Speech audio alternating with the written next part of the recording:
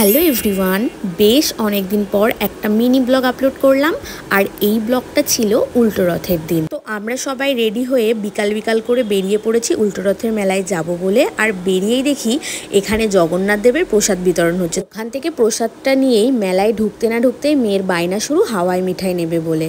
আর তোমাদের আর একটা কথা বলি, এটা বনগাঁর মেলা নয়, আমরা একটু দমদমে এসেছিলাম, তো সেখানেই আজকে মেলা ঘুরছিলাম। আর মেলাতে এত ভিড়, সামান্য একটু দড়ি টানতে গেছিলাম রথের, তো দেখতেই পাচ্ছ। আর ঠাকুরের একটু প্রসাদ আর ফুলও পেয়ে গেছি।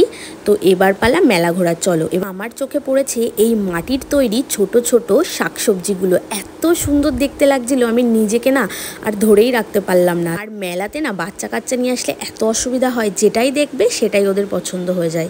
তো যাই হোক, অনেক কিছুই নেওয়া হয়েছে, সেটার একটা আলাদা ভিডিও তোমাদের সাথে আমি শেয়ার করে দেবো যে মেলা থেকে কি কি নিয়েছি। এই দেখো, বলতে না বলতে আবার একটা গেমও নিয়েছে।